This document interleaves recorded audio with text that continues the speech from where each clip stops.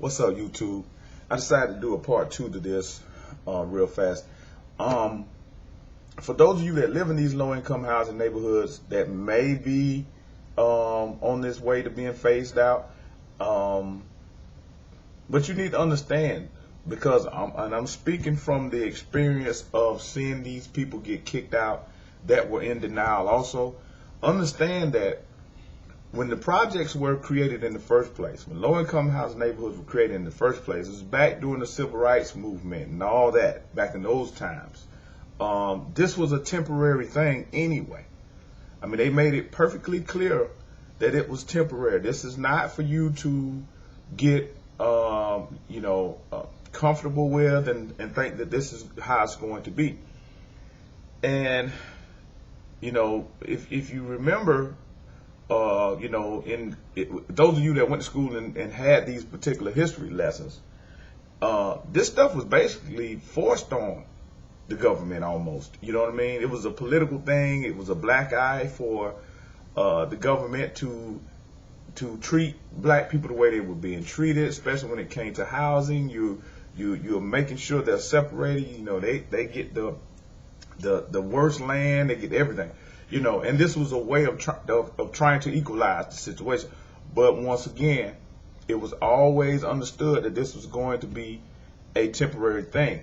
The way it was supposed to work, the black people that, didn't make as much money as some of the whites, were able to get homes, get jobs while they were there, build themselves up, build their income up, and then move on to bigger and better things, better neighborhoods, whatever. But unfortunately, generation after generation after generation has stayed right there. I say unfortunately because of the simple fact that this was always supposed to be temporary. Now, these projects, if you pay attention, these projects, these low-income housing neighborhoods in your cities, all over, these projects and these homes are on prime real estate. And you just don't create more earth. You know what I mean? The real estate is it's not going anywhere. So a lot of these programs that were designed to help out are now being phased out because a lot of times because of the real estate. They're ready to build something else on it. They're ready to put something. They want to make more money. It makes more money for some of these businessmen to have these projects, if you will, which of course you look at the word project as experiment, you understand? And so, but anyway, you move these projects out of the way and now you can build hotels or prisons or what have you, money making things, and in effect increase the value of the land or the property as opposed to letting generation after generation after generation of people that don't seem to uplift themselves. Now, we all know that there's some underlying issues to why people can't get out of the muck. You know what I mean? So I'm not passing judgment on anybody. I'm just saying this is how these people think. When they get in these rooms and they have these meetings with each other, these council members and stuff, these are the things that they talk about. I have an aunt that's a council member back in my hometown of Thompson. And of course, she's like one of the only black people on the council. And she can tell you, when they have the meetings, black people don't show up.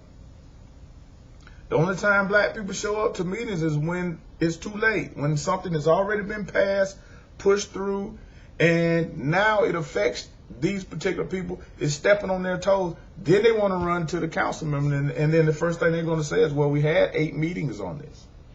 So pay attention to your town meetings and stuff like this. Go to them, voice your opinions, because you're people too, regardless of whether you low income or not. And like I said in my first video on this, most of us, whether we want to admit it or not, are one job loss away. You got people when the economy crashed that were making $500,000 a year that are now on Section 8. So don't think for 1 minute that you can't be. And I'm just going to put it out. I want to skim across the surface. I try not to get too deep because there's a lot of other brothers and sisters that put videos out that can get real deep. And I'm hoping they look at this video and they take it and run with it, because I'm really curious to see if this is happening on a wide scale. If not, I want to see if it's going to happen on a wide scale. For some reason, is Augusta, Georgia going to be the test bed for this? Who knows? I don't know. I just see the disturbing trend that's happening.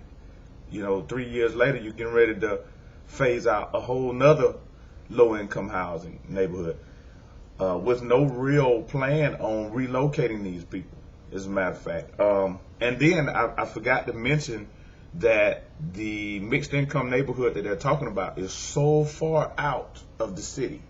It's so far out. It's like they're literally saying, just go over here somewhere. Stay over here. That was, like I say, the Section 8 program being revised, revamped. Who knows what they're going to do with that. Man, I'm telling you, man, people have better wake up and don't just think that, oh, that's just those project people, because you could be next. You understand? So we have to do something. And I think this is one of the first steps. Let's talk about it. Let's get the issue out on the table and see what's up, and then let's go from there. But of course, we can't start a revolution. Well, we may be able to start one, but we sure can't successfully campaign one from YouTube. So let's pull together. That's the main thing. And I want to make sure I covered everything. Anyway, those of you that are interested in this, like I say, get with me. Comment on the videos, everything. This is not about getting subscribers and all this and that. I'm honestly, I just want to know if this is happening to you, because this can't be a good thing. If you don't have something for these people to do to get themselves out of low-income housing situations, why are you phasing it out at this point? You know what I mean? Why are you doing that? What is the motivation? What is really going on?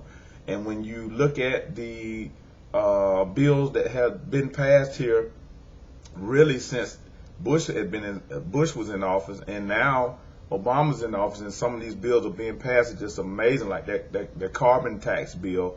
I mean, you look into that, and the carbon is us. It just makes you wonder: is all this intermingling? Is it designed together?